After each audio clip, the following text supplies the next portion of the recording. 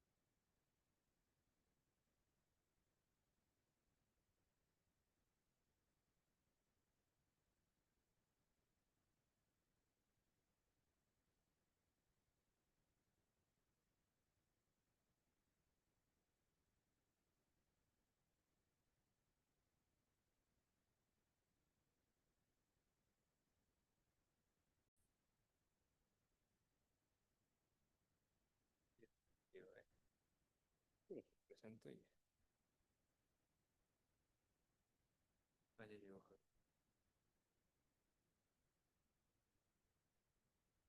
Buenas tardes. Buenas tardes. Javier Aguilar, Ajá. ¿cómo estás? Todo bien.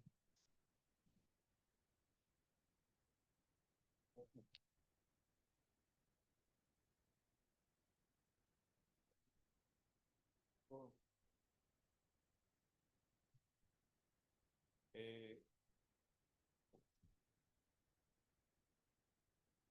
Eh, Buenas tardes, compañeros. Muchas gracias por asistir a esta convocatoria de Cine Debate por la Academia de Economía Política.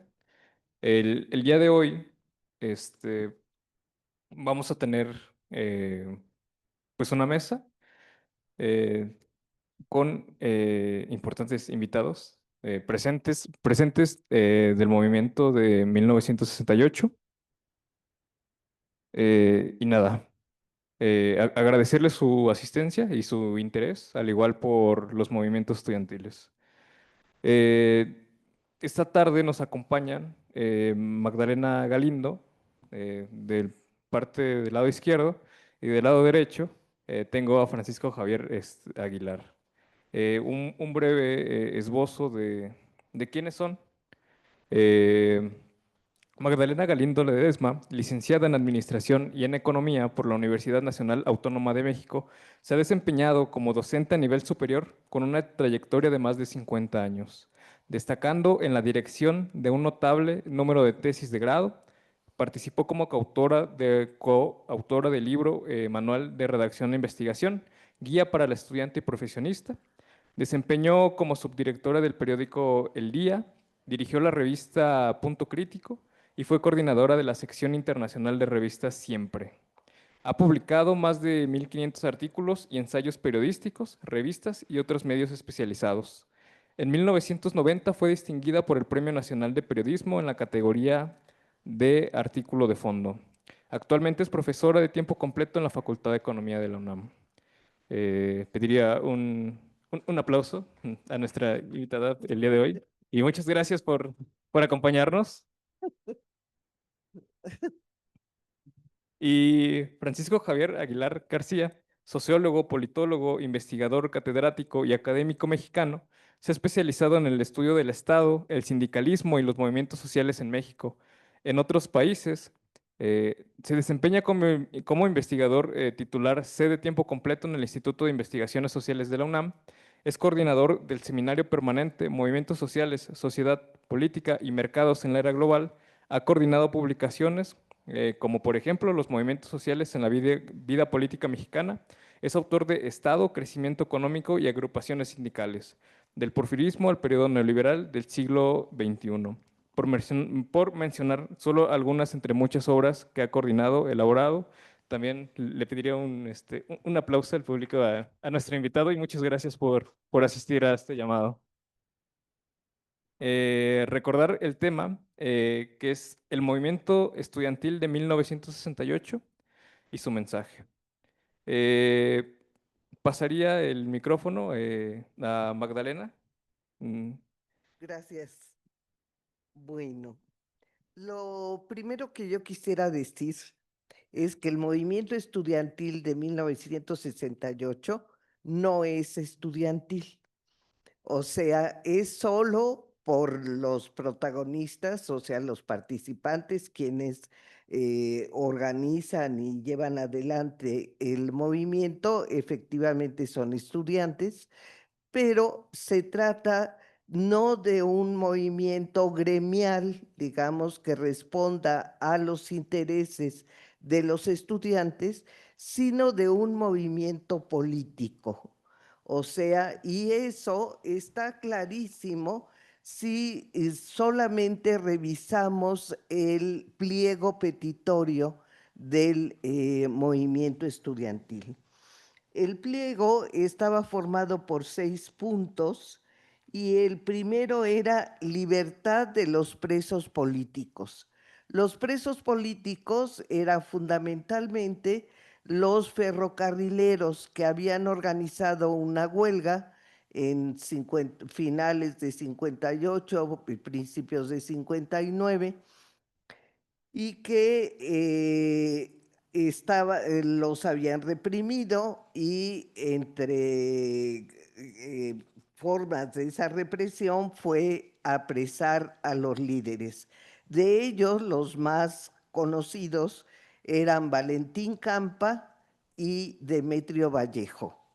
Bueno, pues se pedía la libertad de los presos políticos, no eran los únicos, Campa y Vallejo, pero en general, digamos, ellos eran los más notables, que además estuvieron 11 años y medio presos por esa huelga de los ferrocarrileros.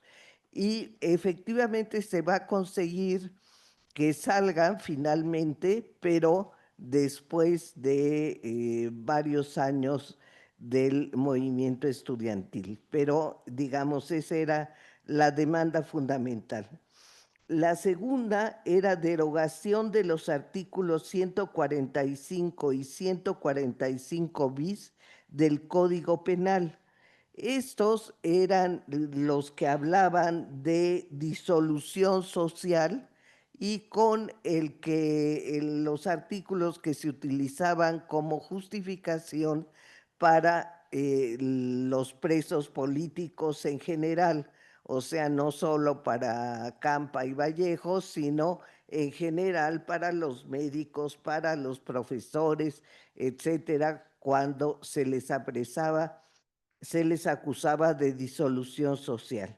Ese también va a conseguir el movimiento que finalmente se derogue, pero también ya años después del final del movimiento. El tercer punto era desaparición del cuerpo de granaderos. Esto no lo consiguió el movimiento.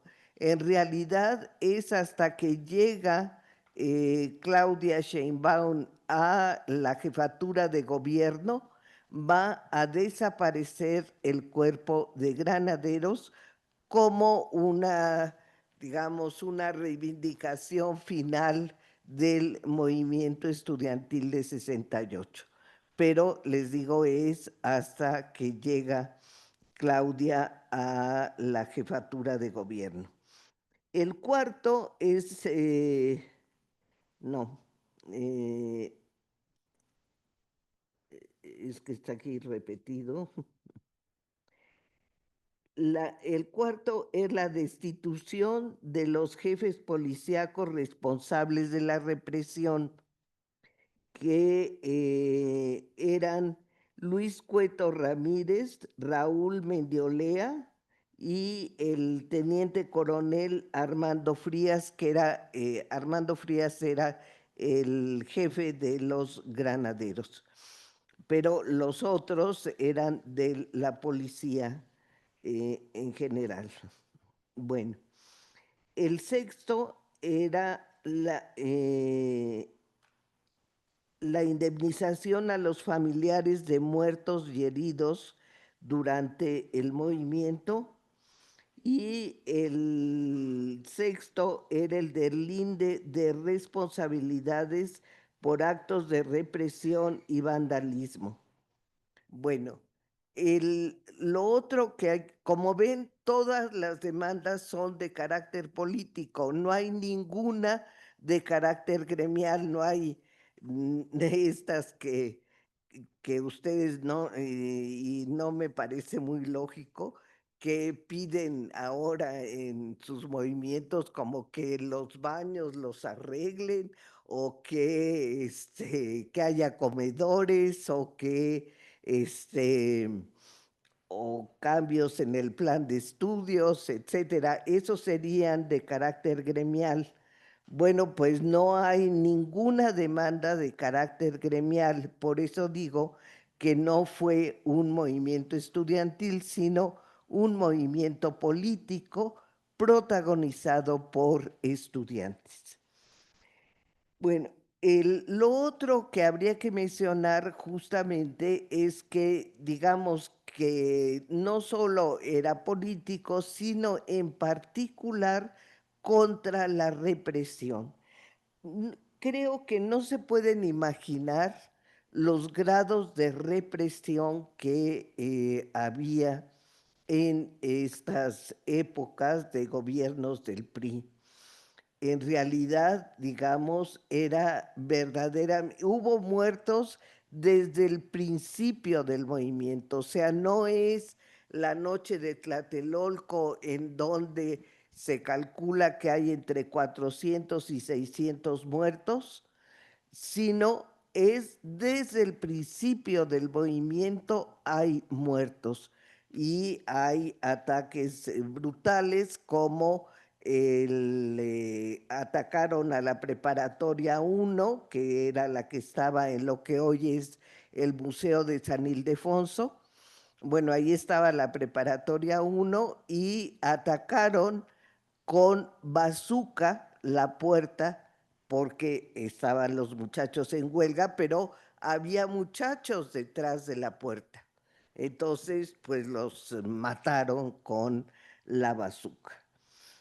Pero en general, digamos que hay una represión brutal. No quiere decir que no haya continuado la represión durante todos los años de gobiernos del PRI y del PAN, pero digamos que es menos generalizada, es más, digamos, en puntos específicos, como por ejemplo el caso de Ayotzinapa, en donde que de todos modos es verdaderamente brutal la agresión que sufren los muchachos, ¿no? Porque hay una voluntad desde el principio de matarlos y es terrible en ese sentido. Incluso, digamos, de algún modo es peor que la masacre de Tlatelolco, porque siquiera la masacre de Tlatelolco no se elegía a los muertos, sino era a quien le tocaban las balas. Y en este caso, en el de Ayotzinapa, pues sí es directamente contra los muchachos identificados, ¿no? Bueno, y lo otro que a mí me gustaría aclarar es que si ustedes leen cualquier texto que haga la crónica o el análisis del movimiento estudiantil, va a decir que se inicia con el pleito entre la Boca, no me acuerdo qué número, la vocacional del Politécnico y los estudiantes de la Escuela Isaac Choterena, y que después de que se enfrentan ellos en la Ciudadela, entran los granaderos y reprimen fuertemente a los muchachos, y que de ahí va a salir una manifestación en contra de la represión, y de ahí arranca el movimiento. Pero en realidad lo que tiene una enorme importancia es que el 26 de julio, esto sucede creo que el 24 de julio, lo del pleito y la represión. El 26 de julio, que es el aniversario de la Revolución Cubana, había una manifestación a favor de la Revolución Cubana, y esta la reprimen fuertemente. Y en realidad es esa represión, más que la de los muchachos que se pelean allá en la Ciudadela, es esta represión la que va a levantar el movimiento y la huelga en numerosas escuelas, primero del Politécnico y luego de la Universidad de la UNAM y de muchísimas universidades en el país, y además de la solidaridad en primer lugar, de los maestros que se suban al movimiento. Pero no solo de los maestros, sino también de otros sectores, por ejemplo, de la cultura, o sea, ahí se ponen en huelga la escuela de danza, el conservatorio de música, etcétera. O sea, de los trabajadores de la cultura, y incluso se forma una organización que es de artistas e intelectuales en solidaridad con el movimiento estudiantil. Ahorita les voy a contar una anécdota en relación a eso. Bueno, se llamaba Asamblea de Artistas e Intelectuales, pero también hay solidaridad, incluso con huelga, de los trabajadores de la salud, por ejemplo, del Hospital General, y también de grupos de trabajadores de Pemex y etcétera. Entonces, digamos que hay una enorme solidaridad en general en la sociedad mexicana, o sea, porque además se ponen muchas universidades de provincia en huelga, o sea, se extiende en el país y se extiende a distintos sectores, o sea, tiene incluso a universidades privadas o instituciones como el Colegio de México, como la Universidad Iberoamericana, como la Universidad del Valle de México, etcétera. O sea, es muy generalizada la solidaridad con el movimiento estudiantil.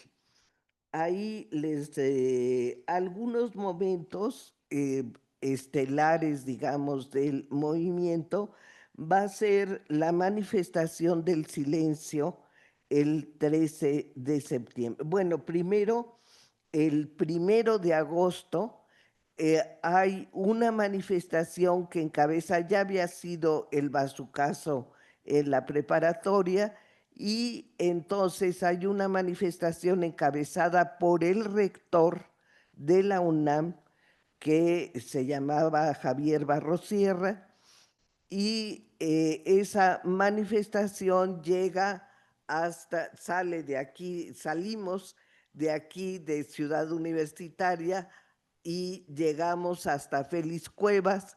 Ahí dimos vuelta porque ya había tanquetas en San Antonio, o sea, unas cuadras más allá, ¿no?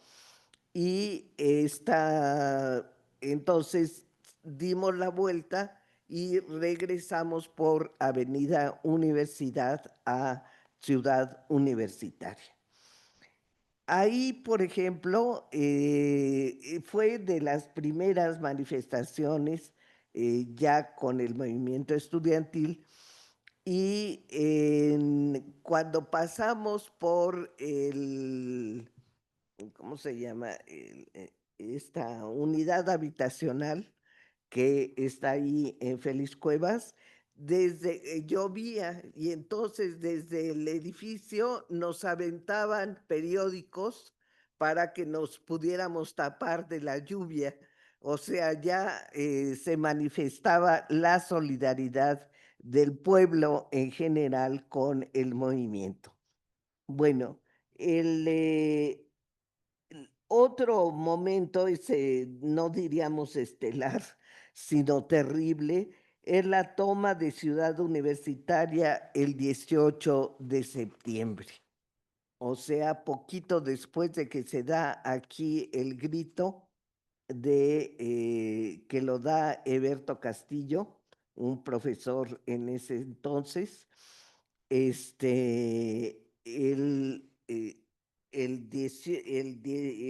23 de septiembre el 18, perdón, el 18 de septiembre es la toma de Ciudad Universitaria, en donde los muchachos que formaban parte del Consejo Nacional de Huelga logran escapar. O sea, no, ahí en ese momento no los aprenden. Los van a aprender hasta Tlatelolco. Es cuando efectivamente aprenden prácticamente a todos los participantes bueno, no a todos, hay algunos que se salvan, del Consejo Nacional de Huelga. Bueno, otro de los aspectos que me gustaría mencionar es que se van a emplear por primera vez distintas formas de lucha. Por ejemplo, los mítines relámpago. Como había mucha represión, entonces se organizaban mítines muy breves, de eso se le llamaba relámpago por eso, de tal modo que era una arenga en cualquier calle en donde hubiera más o menos gente transitando para que hubiera público, digamos, para el mitin y de inmediato se deshacía y se iba a otro lugar con objeto de burlar a las policías y granaderos, ¿no? El boteo, que también prácticamente se inaugura con el movimiento estudiantil, de ir a recoger dinero de solidaridad con objeto de tener para las mantas, para las comidas de los muchachos, etcétera. O sea, como cuesta realizar un movimiento, pues entonces se boteaba. Y les he de contar que uno de los dirigentes, que era el Pino, a quien le dice.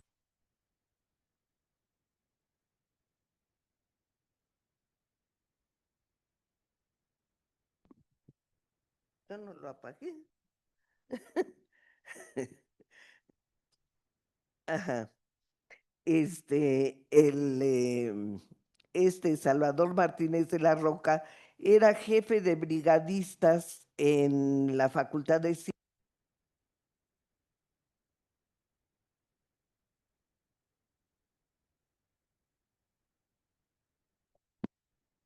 No es- Esperemos. Y recogía las monedas, o sea, movían las monedas en carretilla. O sea, era tanto que no lo podían cargar los muchachos así en los brazos, digamos, y se ponían en carretillas y se arrastraban las monedas con carretilla. Bueno, el, una de, bueno, antes de las consecuencias, digamos, del movimiento, me gustaría contar dos anécdotas. Una es que estábamos en el auditorio de la Facultad de Filosofía y Letras, que por cierto se les cambió en el movimiento estudiantil a los nombres a los auditorios. El auditorio de la Facultad de Filosofía y Letras se llamaba Justo Sierra y se le puso Che Guevara. Y este auditorio no tenía nombre, nada más se conocía como el auditorio. Y se le puso, ahí fue cuando se le puso Ho Chi Minh. O sea, desde ahí tiene el nombre. Luego ya pintó Mario Falcón esta pintura y en otras épocas se destruyó la pintura, o sea, ya con otros directores, ya años después del movimiento estudiantil, y luego se restauró y bueno, ahora todavía tenemos esta pintura. Bueno, pero digo, estábamos en el auditorio Che Guevara cuando entra José Revueltas. Es un escritor realmente de los más importantes de México, de izquierda toda su vida, toda su familia era de izquierda, o sea, los Revueltas. Silvestre Revueltas, que era músico, Fermín Revueltas, pintor, y José Revueltas, escritor. Bueno, entonces entra José Revueltas y pide la palabra, se la da Roberto Escudero, que estaba presidiendo la mesa, o sea, dando la palabra porque era representante del Comité de Lucha de Filosofía al Consejo Nacional de Huelga. Y entonces le dice, pues le da la palabra a José Revueltas, y entonces dice, vengo a manifestar la solidaridad de los artistas e intelectuales de México con el movimiento estudiantil. Pues se levanta un aplauso generalizado, entusiasmado de que viniera la solidaridad de los artistas e intelectuales. Y entonces Roberto Escudero le pregunta, compañero Revueltas, ¿y quiénes formarían parte de ese grupo que da su solidaridad? Y entonces, una enseñanza para toda la vida, contesta Revueltas, por el momento yo. Digo que es una enseñanza porque en efecto, a los 8 días eran 100 los que formaban esta asamblea de artistas e intelectuales en solidaridad con el movimiento estudiantil, obviamente levantado por Revueltas, ¿no? O sea, así se hace política en la izquierda. La otra anécdota que les quiero contar es de aquí de la facultad. Cuando toman la ciudad universitaria, el ejército, o sea, el ejército, no granaderos ni policías, sino ejército, es lo que toma ciudad universitaria, y entonces suben a los muchachos bueno, a un grupo de muchachos, a un camión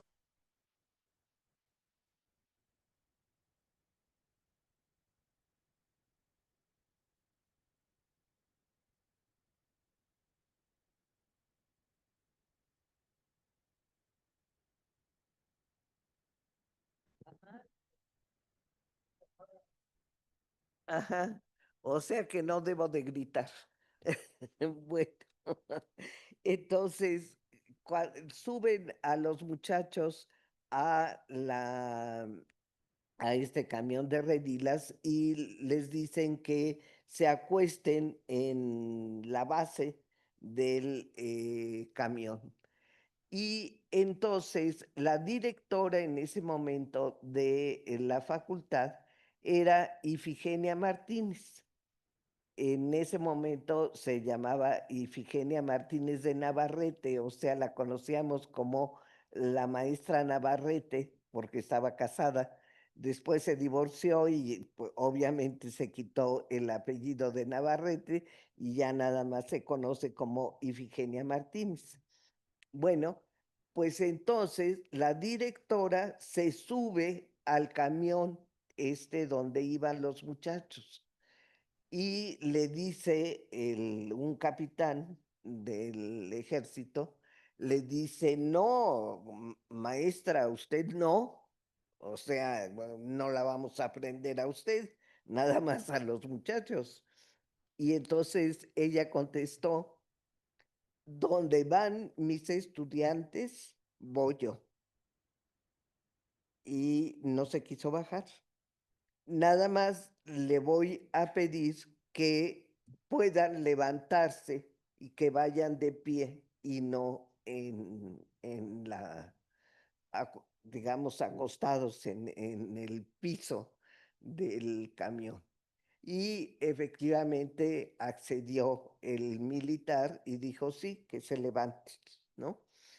Entonces sacaron una foto, no sé quién, de esa escena en donde está la maestra Ifigenia, la directora de la facultad, y rodeada por los estudiantes de pie en el camión. Esa foto dio la vuelta al mundo, o sea, se reprodujo en todos los, bueno, en periódicos de todo el mundo. Bueno, esas son las dos anécdotas que les quería contar. Lo otro que habría que señalar ya rápidamente es que en efecto se considera un parteaguas en la historia del país, el movimiento estudiantil de 68, porque abre toda una etapa de una larga etapa que efectivamente se va a ver, digamos, combatida y demás, va a ser una lucha larga, pero de democratización del país, ¿no? Y da lugar a militantes que se van prácticamente a todas las áreas de la vida social y política del país, ¿no? Y se va a producir entonces en los años siguientes, en primer lugar, lo que se llamó la insurgencia sindical, o sea que se van a formar sindicatos nuevos, por ejemplo, el Sindicato de Trabajadores de la UNAM, administrativos, o sea, UNAM en ese momento, y después el de académicos de la UNAM, que se va a llamar SPA-UNAM, y luego ya cuando se van a fusionar, entonces se cambia el nombre a STUNAM, como lo conocemos hoy. Pero también a corrientes democráticas dentro de los sindicatos, porque lo que prevalecía era lo que se conoce como charrismo sindical, que son dirigentes espurios que no trabajan a favor de los trabajadores, sino exactamente al contrario, ¿no? Entonces, les digo, va a haber corrientes democráticas dentro de los sindicatos, incluso de los sindicatos charros. Por ejemplo, la tendencia democrática de electricistas, que tiene una gran importancia en los años 70, etcétera. Y también va a haber movimiento campesino.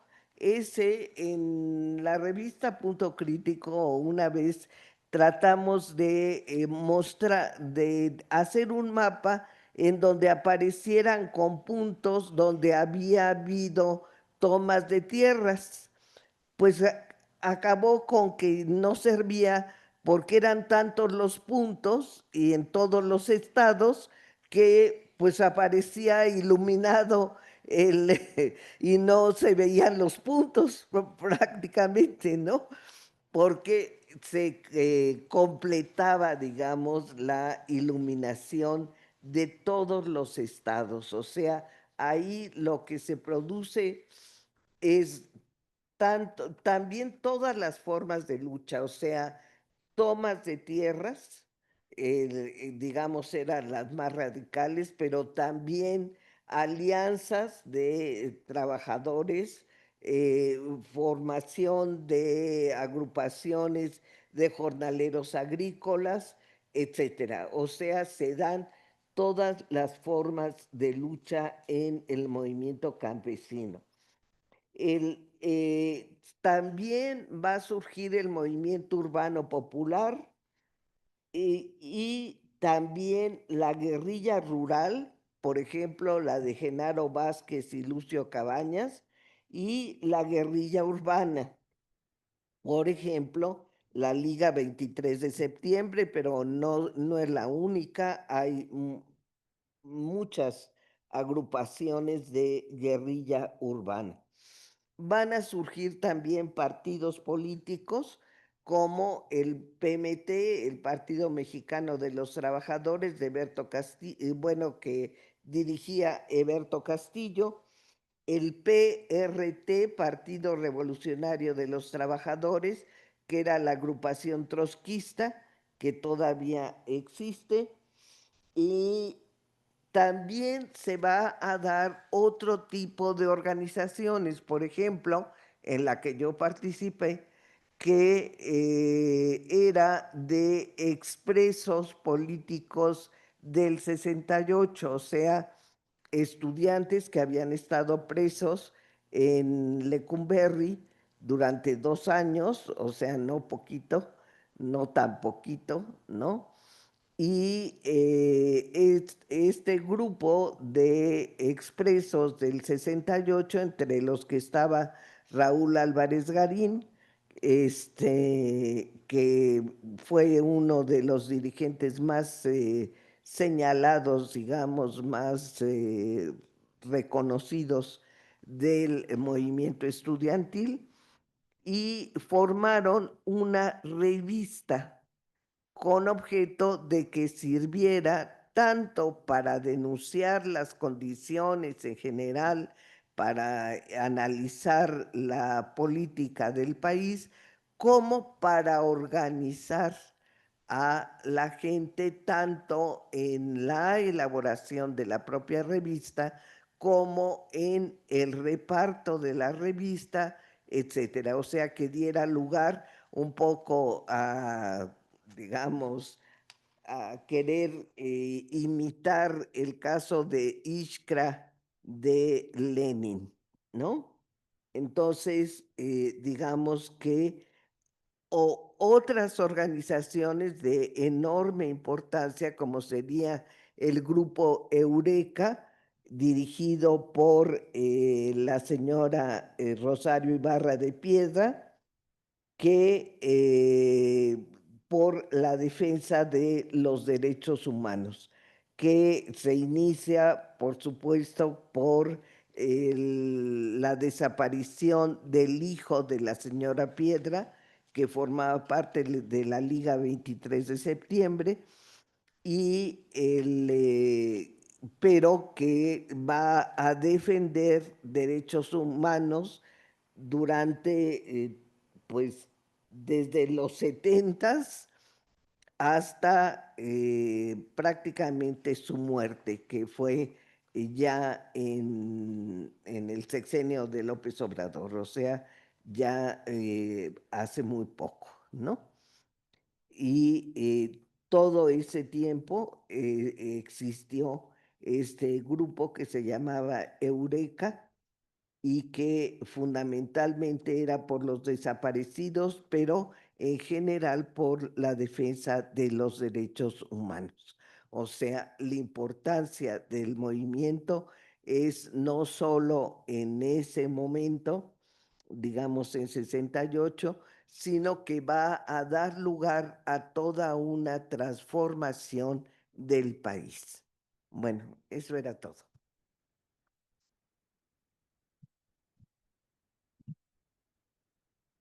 Muchas gracias, Magdalena, por pues el conocimiento compartido. Antes de que pasemos, dos cosas. Una, no me presenté. Soy Edwin Valencia, aprovecho rapidísimo. Estudiante de la Facultad de Economía, participo en varios movimientos sociales, milito en una organización que está aquí en la Facultad de Economía. Pertenecí o pertenezco al Comité de Lucha de la Facultad de Economía. Estoy también coordinándome con los de Palestina y entre otras cosas. Y ya, eso soy yo. Y le estamos dando también a decir eh, a los invitados que le estamos dando entre 25 y 30 minutos a cada participante. Y eso, ya. Ahora sí, Francisco, por favor. A ver si nos apaga. A ver si no se apaga. Ajá. Bueno, ¿se oye? Bueno, pues en primer lugar, compañeros y compañeras, pues les quiero agradecer aquí a los organizadores del evento que nos hayan invitado pues aquí a platicar con ustedes acerca del movimiento estudiantil del 68, ¿no? Este movimiento es uno de los más importantes en el siglo XX de México, ¿no? Y van a ver ustedes que no solo nosotros, sino otros profesores de aquí de la facultad o de otros lugares, les van a estar haciendo referencia constante a ese movimiento de 1968, ¿verdad?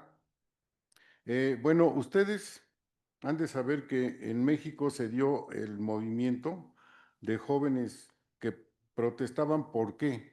Por las condiciones de represión, de autoritarismo, por la falta de apertura y por la falta de canales para la participación política, por la falta de libertad de expresión que existía entonces en el país.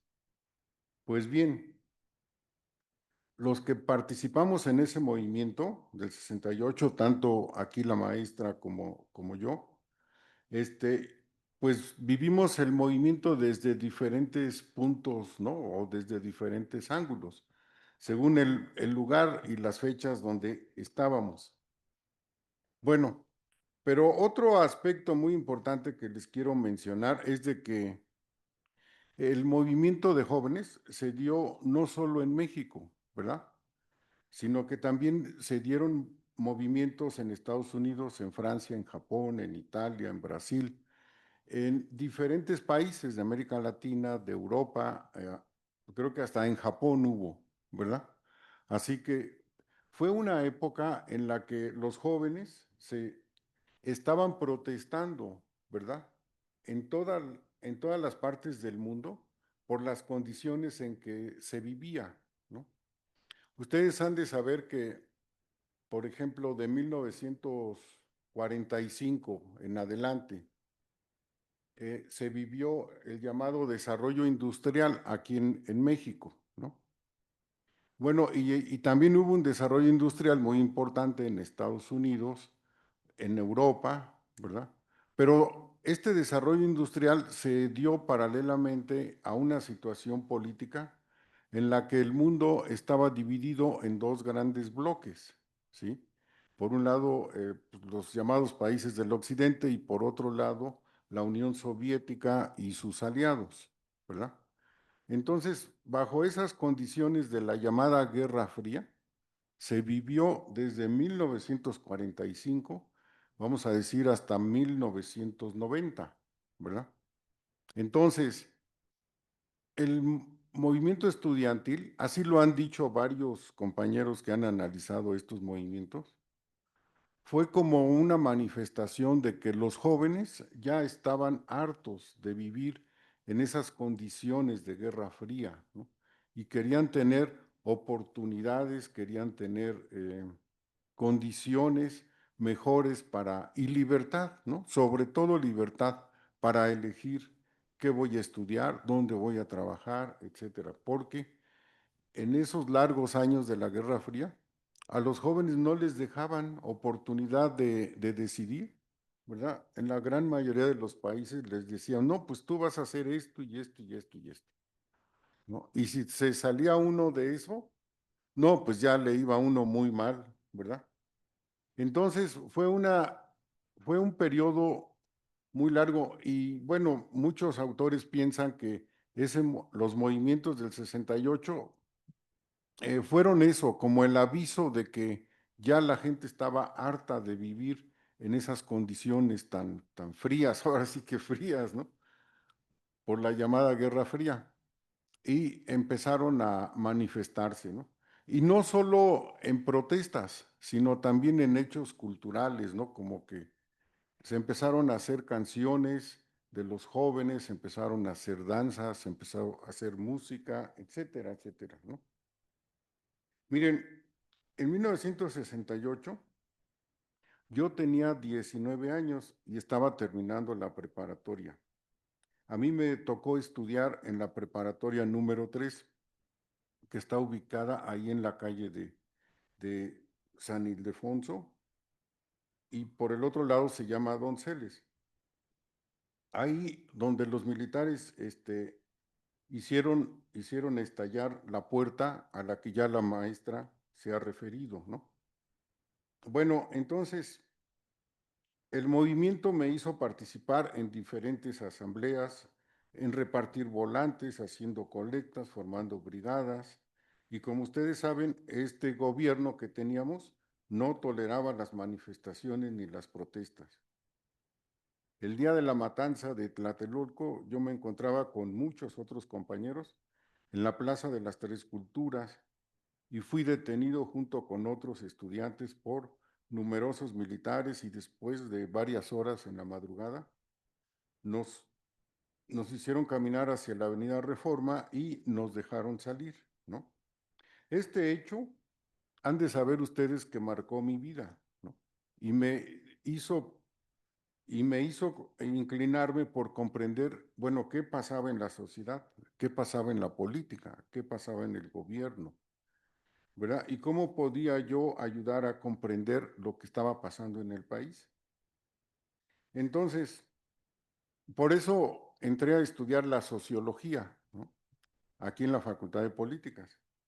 Y luego, pues ya hubo una serie de condiciones que me hicieron llegar ahí al Instituto de Sociales, ¿no? Que es donde todavía sigo. Y bueno, otra cosa que les quiero recordar de los años 60 es de que hubo acontecimientos de tipo mundial. Algunos de ellos ya los mencionó la maestra. Por ejemplo, la guerra de Vietnam, la revolución cubana, los movimientos sindicales en México y en América Latina. Pero también surgió en los años 60 la música de los Beatles, surgió el movimiento feminista, la lucha de las guerrillas en los años 60 y 70. En fin, era un ambiente en el que por donde uno volteara había cosas muy nuevas, ¿no? Tanto en música como en danza, como en actitudes hacia el gobierno, ¿verdad? Etcétera. Fue una época en la que pues los jóvenes estaban o estábamos pues de alguna manera manifestando nuestro deseo de participar en una vida social y política con mayor libertad, ¿no? Con mayor libertad.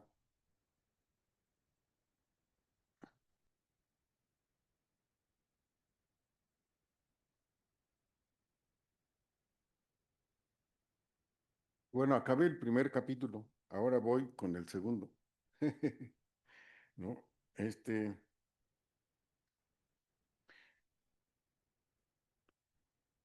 Entonces les comentaba que este movimiento, bueno, el movimiento estudiantil se dio, les decía, en varias universidades de México, de América Latina y de otras partes del mundo, ¿no? Eh, También, bueno, esto creo que ya lo dije, pero nos tocó participar en muchas marchas que se hicieron aquí en la ciudad, bueno, sobre todo en el centro histórico, marchas acerca de la Revolución Cubana, la Guerra de Vietnam, las guerrillas, hasta por los golpes militares andábamos marchando, ¿verdad? En México vimos el ascenso de las guerrillas, del movimiento feminista, del movimiento sindical. En el plano cultural escuchábamos, como ya les dije, a los Beatles, pero también a los folcloristas, a Óscar Chávez, a Amparo Ochoa y otros cantantes latinoamericanos, ¿no? Luego, en octubre del año 72, más o menos, estalló la huelga administrativa, ¿no? De los trabajadores de aquí de la UNAM. Y como ya decía la maestra, bueno, esta huelga fue también muy importante. Ahora, yo les quiero mencionar que este auditorio, donde estamos ahora, es un auditorio realmente histórico, ¿eh? Porque aquí se hicieron asambleas desde el año 68. En el año 72 se hacían asambleas de los trabajadores administrativos, ¿no? En el año 74 se hacían asambleas de los trabajadores académicos, o sea, de los maestros y de los investigadores. Aquí, ¿no? Todo el mundo pasaba aquí a comentar, a platicar, a discutir, a decir sus discursos, ¿no? Así que están ustedes sentados en un lugar lleno de mucha historia, ¿sí? Aunque lo ven así medio gris, pero si les pudiera platicar este salón, todo lo que ha pasado por aquí, no, pues no nos alcanzaría el tiempo, ¿eh? Para repetir todo, que fueron muchos grupos, muchas organizaciones, muchos militantes, partidos políticos también, ¿no? Principalmente venían los partidos de izquierda, ¿no? O participaban aquí los de izquierda, ¿verdad? Entonces, este lugar tuvo una presencia muy importante en el movimiento de 68 y desde luego también el auditorio de la Facultad de Filosofía que se llamó, ¿cómo se llamó, maestra? Che Guevara, Che Guevara, ¿no? Entonces, en estos auditorios escuchamos a los líderes estudiantiles, a los líderes de los profesores, ¿no? A los líderes de los sindicatos administrativos o del sindicato administrativo, ¿no? Ahora, otra cosa que les quiero mencionar es de que, miren, una de las demandas que se formuló en el 68, aparte de las que ya mencionó la maestra, es la demanda esta de la información, ¿no? Yo me acuerdo que cuando pasaban las marchas ahí por Excelsior, ¿no? O el Universal, se le gritaba prensa vendida, prensa vendida, prensa vendida, ¿verdad? ¿Por qué? Porque todos los periódicos estaban en contra del movimiento estudiantil, todos, ¿verdad? Quizá luego hubo algunas excepciones, pero en general toda la prensa muy en contra del movimiento. También las televisoras, ¿no? Bueno, Televisa, ¿no? En aquel momento se llamaba ¿qué? Televisión Mexicana. Ah, Sistema Mexicano. Ajá, Telesistema ese. Entonces, cada vez que pasaban las marchas por ahí, todos les gritábamos prensa vendida o televisión vendida, etcétera, etcétera, ¿no? Sí, No somos uno, no somos 100. Prensa vendida, cuéntanos bien. Ese era el eslogan, sí, el sí, grito. cuéntanos bien. Bueno, en aquella época también les he de recordar algo que ahorita les va a dar risa, ¿no? Pero en esa época no existían estos aparatitos, ¿no? Y como ya se dijo aquí, los volantes que hacíamos en las diferentes escuelas eran hechos, bueno, con máquina de escribir y luego se pasaban a una máquina que se llamaba offset, ¿verdad? Y se reproducía ahí y luego todos las llevábamos a repartir, ¿no? Era una prensa, vamos a decir, revolucionaria, era una prensa del movimiento, ¿no? Y bueno, ahora los estudiantes se llaman a través de estos aparatitos, ¿no? ¿Verdad? La tecnología pues ahora está mucho más presente que en aquellos momentos. En aquellos momentos era armas, vamos a decir, artesanales, pero que sirvieron muy bien, ayudaron mucho a difundir el movimiento, ¿no? Y creo que ayudaron muy bien también a asustar al gobierno, ¿no? ¿Verdad? Y el gobierno, bueno, sí se asustó, pero también nos golpeó, ¿verdad? Como él tenía la fuerza, ¿verdad? Dijo, no, pues a estos yo los callo porque los callo, ¿no? Así le hizo. Y entonces, ahora ya tenemos las redes sociales, el internet, etcétera. Pero en aquel movimiento, la mayor parte de la propaganda se hacía en hojas impresas y los estudiantes salíamos a repartirlas por toda la ciudad. La prensa solo comunicaba la versión que les daba el gobierno. No teníamos medios electrónicos, pero sí se logró difundir el movimiento. Hoy hay una gran diferencia, pues esas hojas se hacían en mimeógrafos y ahora las impresoras pueden sacar cientos de copias, ¿no? En un minuto. Por lo tanto, han de saber ustedes que el esfuerzo, eso de imprimir hojas así como esta, era muy laborioso y muy cansado. Y luego las llevábamos a repartir, ¿no? Y bueno, como anduve igual que muchos otros estudiantes en ese movimiento, pues a mí me llevaron a pensar que yo tenía que explicar de alguna manera, bueno, qué estaba pasando, qué había pasado, ¿no? En la sociedad y cómo es que un gobierno se permitía golpear a los estudiantes, matarlos, meterlos a la cárcel, etcétera, ¿no? Y por eso me convertí en sociólogo, ¿verdad? Ustedes se van a convertir, no sé, en economistas o tal vez luego cambien de carrera, ¿no? Pero sobre todo traten de defender ustedes su libertad y sus derechos, ¿no? Espero que aprendan mucho en esta facultad, ¿no? De aquí han surgido también muchos profesores e investigadores muy célebres, muy profesionales, ¿no? En muchas áreas del conocimiento. Entonces, bueno, todavía tengo tiempo, compañero, porque aquí tengo otros 2 capítulos. 7 minutitos. ¿Sí? Bueno. Bueno, entonces el movimiento de 68 es un resultado del autoritarismo del Estado, del gobierno y del PRI, ¿verdad? Se puede decir que el 68 es una ruptura con la Guerra Fría, es una ruptura con la economía y la sociedad industrial encabezadas por Europa y Estados Unidos.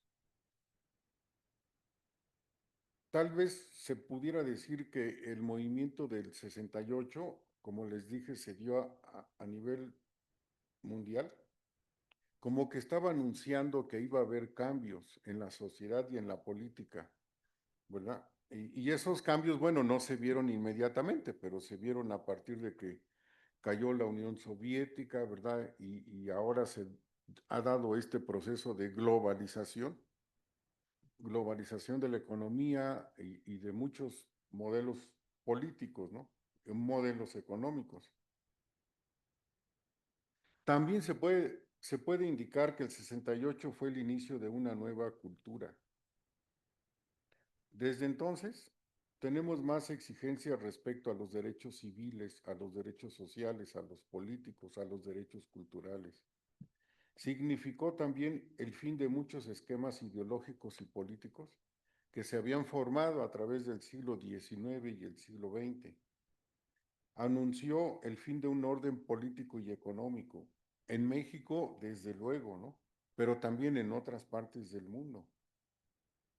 Los significados del movimiento estudiantil quizá no se dieron todos de manera inmediata, pero en las décadas que le han seguido, del siglo XX y del siglo XXI, vemos los cambios. Aquí en México ha habido muchos cambios en el sistema político, ¿no? En el sistema económico, en la producción, etcétera.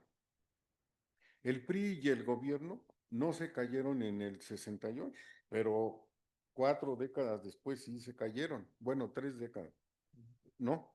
En el 2000. Y ya en el 2000, del 2018 para acá, el PRI está desmoronado prácticamente, ¿no?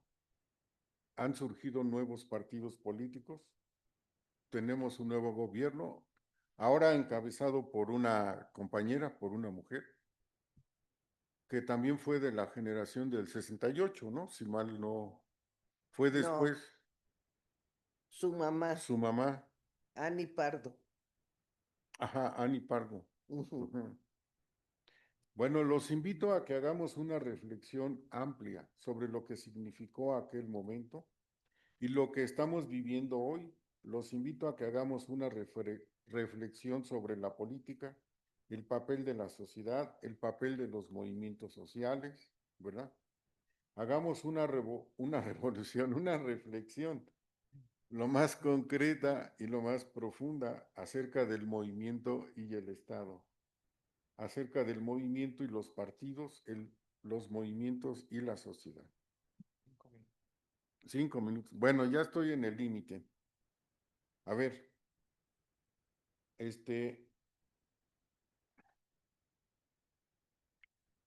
los últimos años, la gran mayoría de los actores políticos se han individualizado.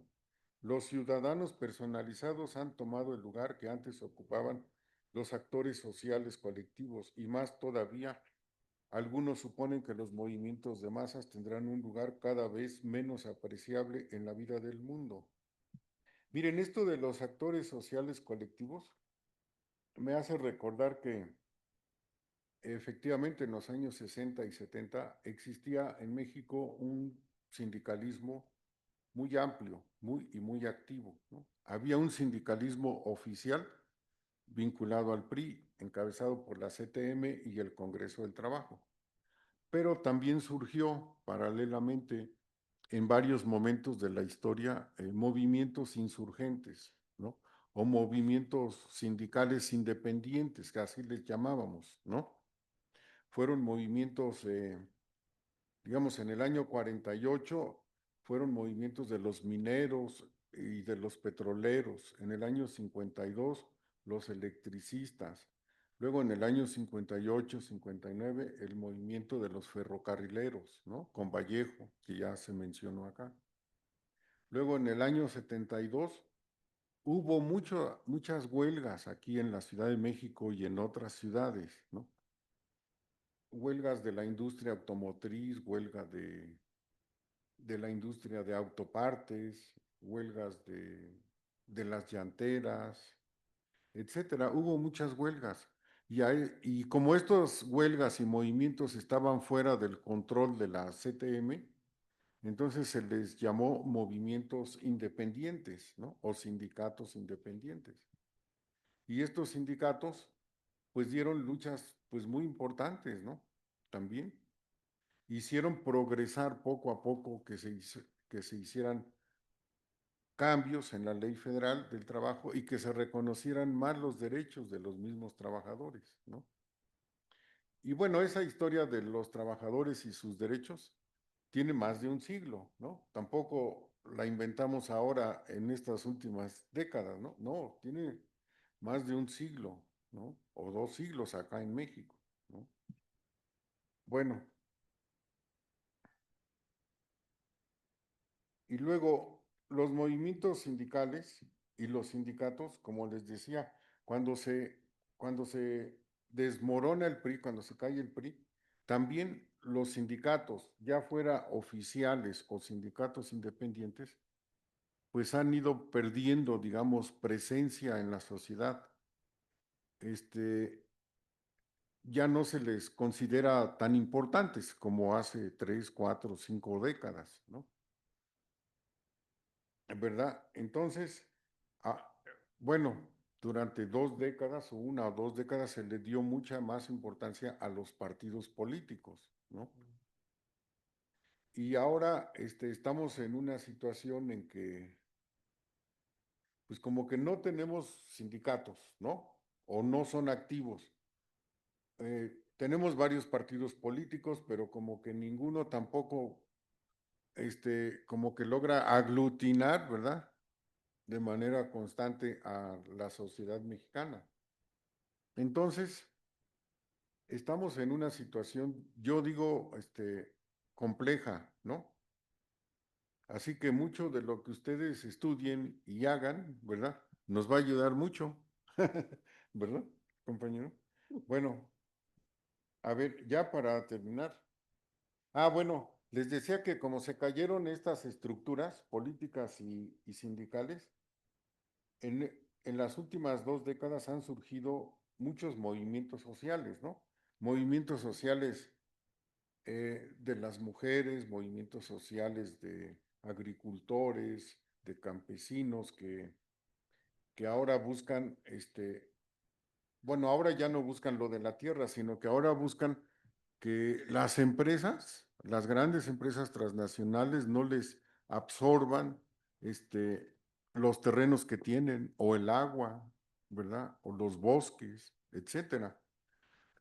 Han surgido muchos movimientos sociales, pero estos movimientos sociales suben y bajan, ¿no? También como que suben y se apagan,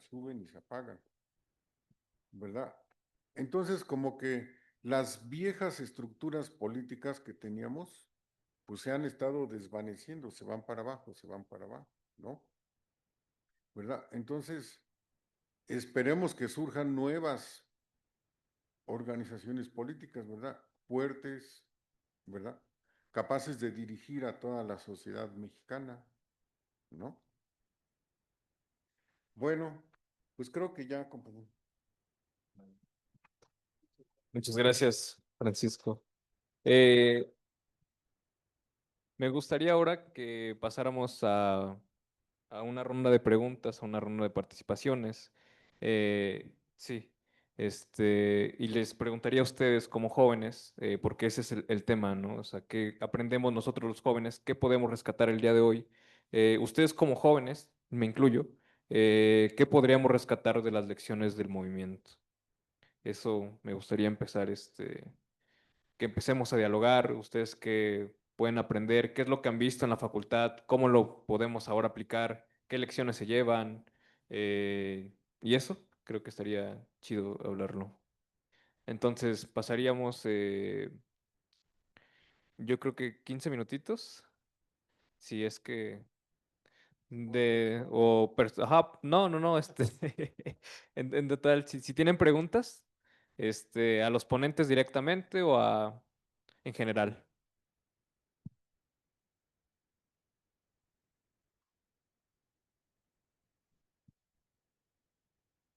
Yo quería decir 2 cosas, que a mi hermana se le olvidó decir lo del diálogo público, la importancia de lo del diálogo público, que creo que es otra cosa muy importante del movimiento estudiantil.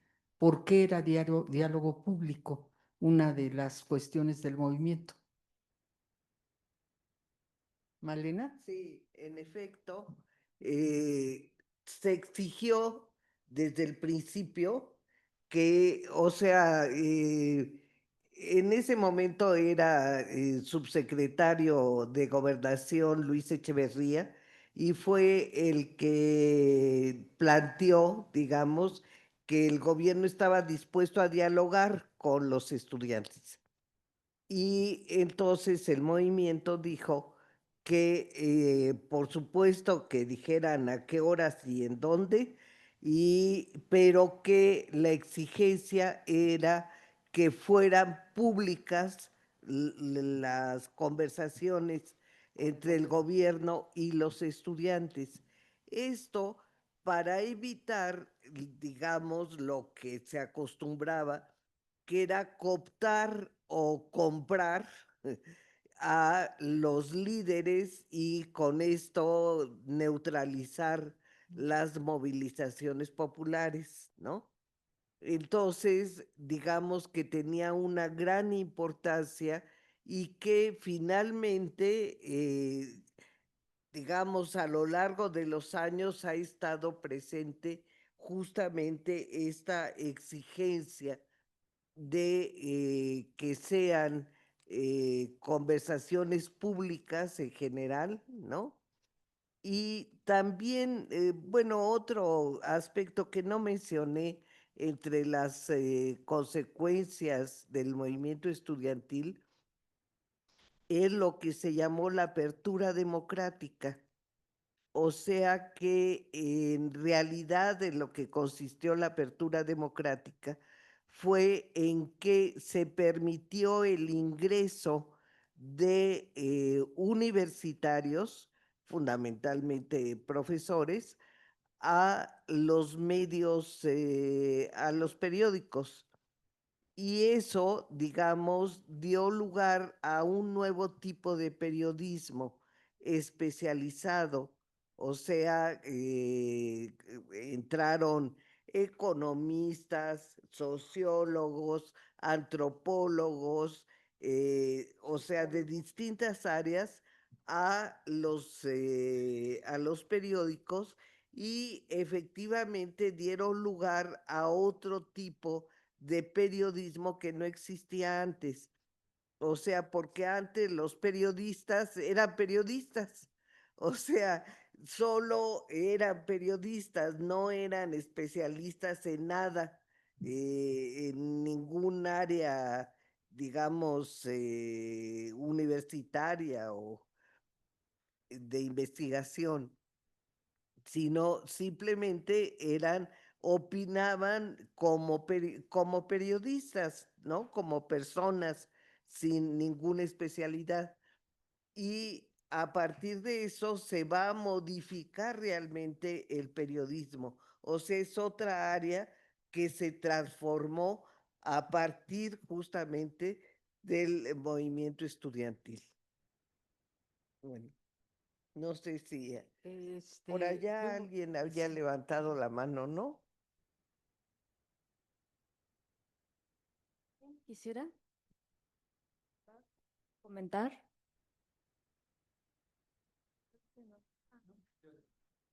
Ujú.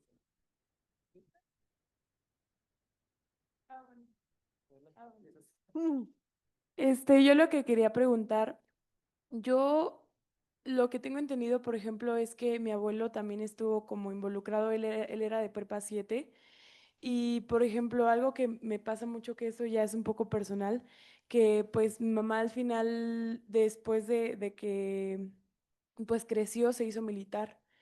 Entonces, mi abuelo tenía como esta idea de los militares que estaba muy como marcada por su experiencia en del movimiento del 68.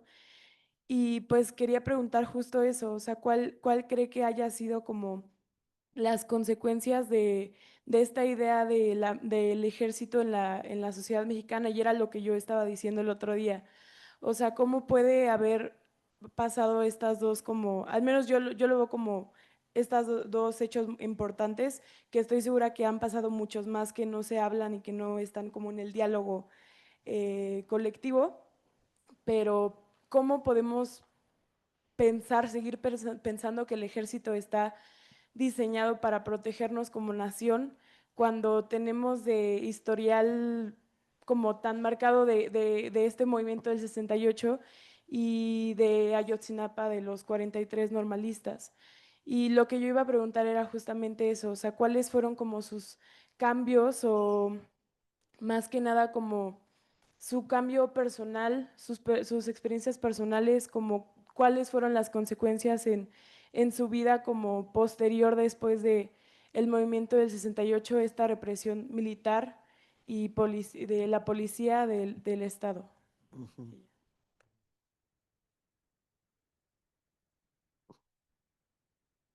Pues no ¿Sí? sé si. Ya.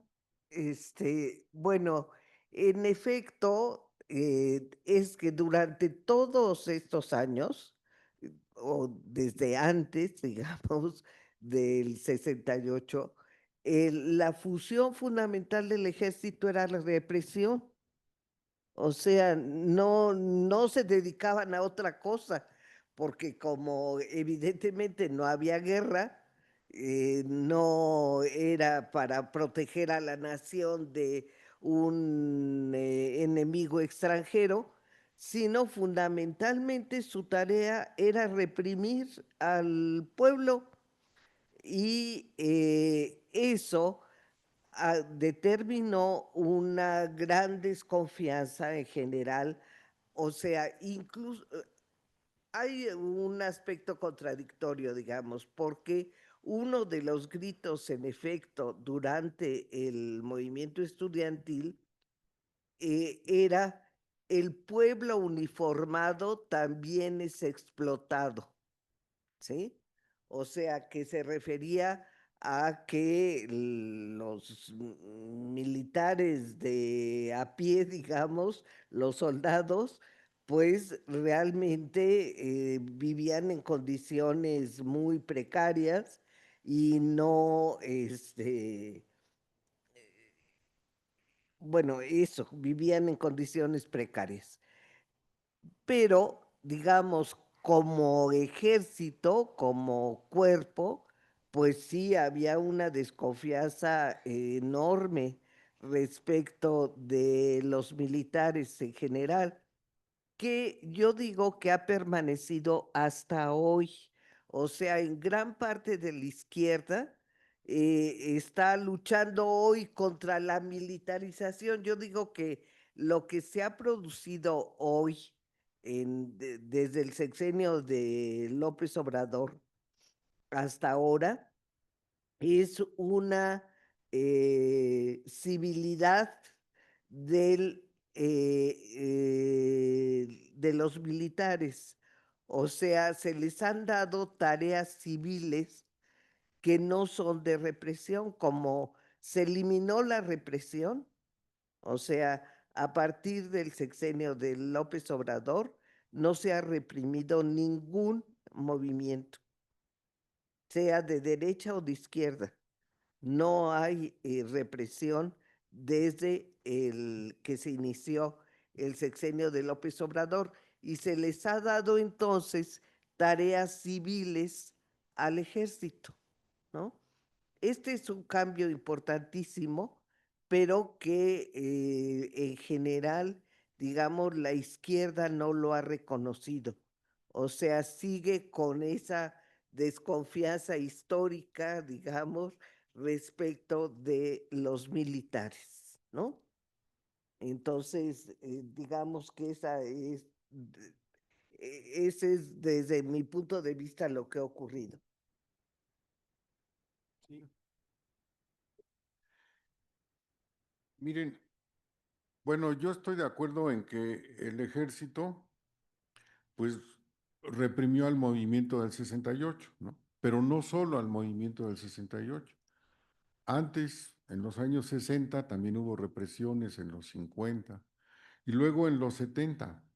Ustedes han de recordar que después del año 68, 69, empezaron a surgir en México también guerrillas, ¿verdad?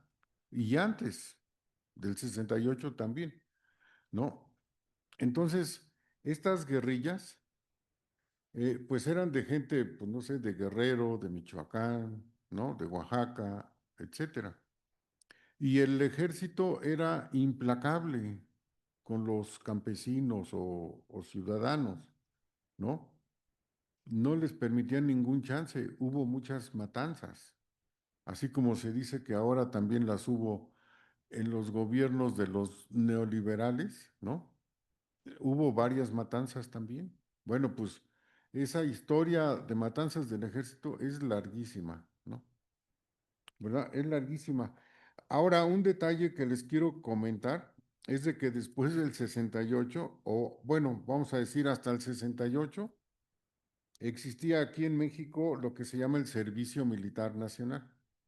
Y ahí se enseñaba a los jóvenes, bueno, sobre todo a los hombres, se les enseñaba ¿a qué? A manejar armas, ¿no? Pero ya después del 68, ya eso lo empezaron a eliminar y ahora ya el servicio militar consiste en servicio social, ¿no? Actividades sociales. ¿Verdad? ¿Por qué? Pues porque al gobierno le dio miedo, ¿verdad? Mucho miedo de que los jóvenes conocieran las armas. Y además, si se formaron guerrillas, ¿verdad? Pues menos, ¿no? Pues, pues ya, compañero, eso sería. ¿Habría alguna otra duda que tengan? Se acabó. Sí. Les agradecemos que hayan estado. A los ponentes, por supuesto, muchísimas gracias.